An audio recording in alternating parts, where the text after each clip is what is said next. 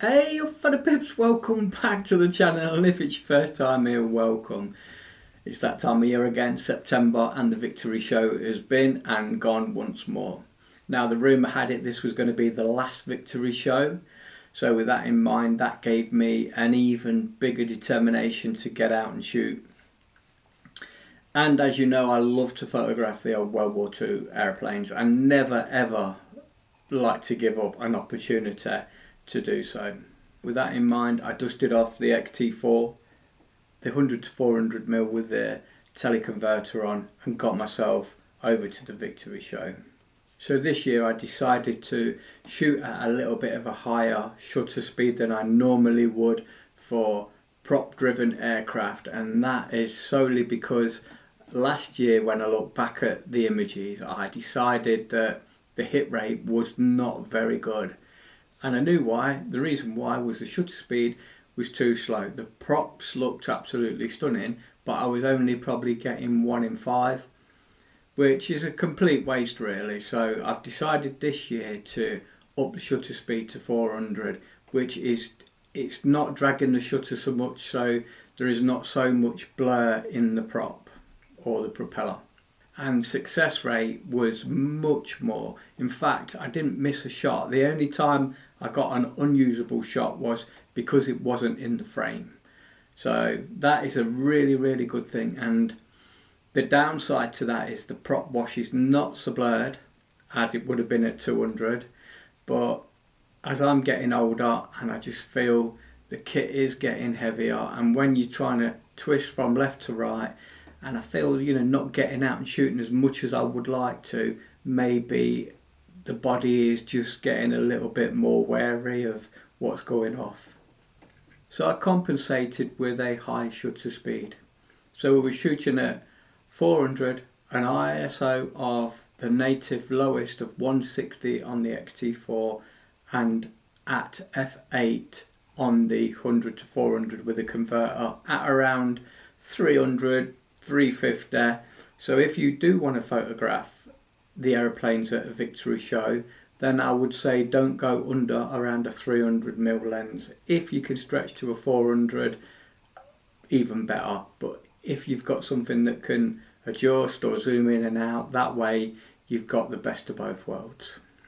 To take a look at some of these images, the weather was fine.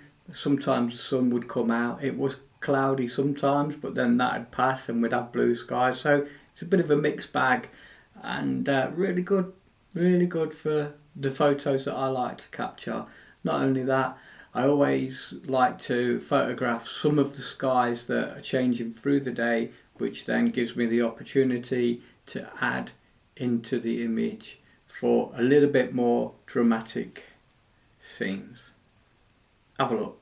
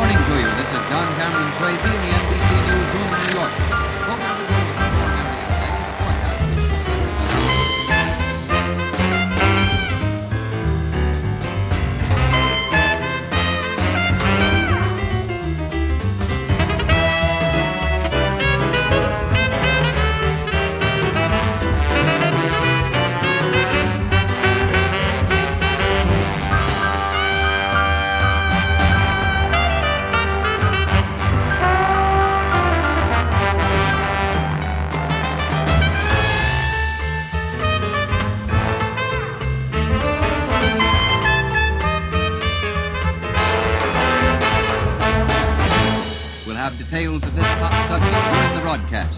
Threat of a fuel oil strike in hard-hit New York City increases.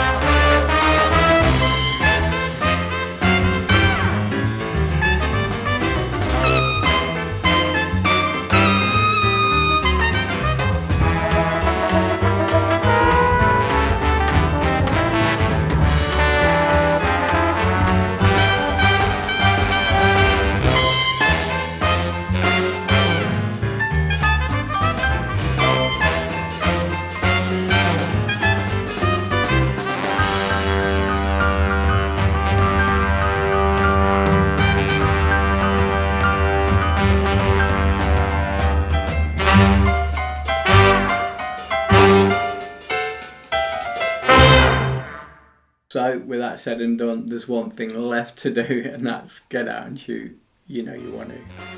Till next time, keep shooting.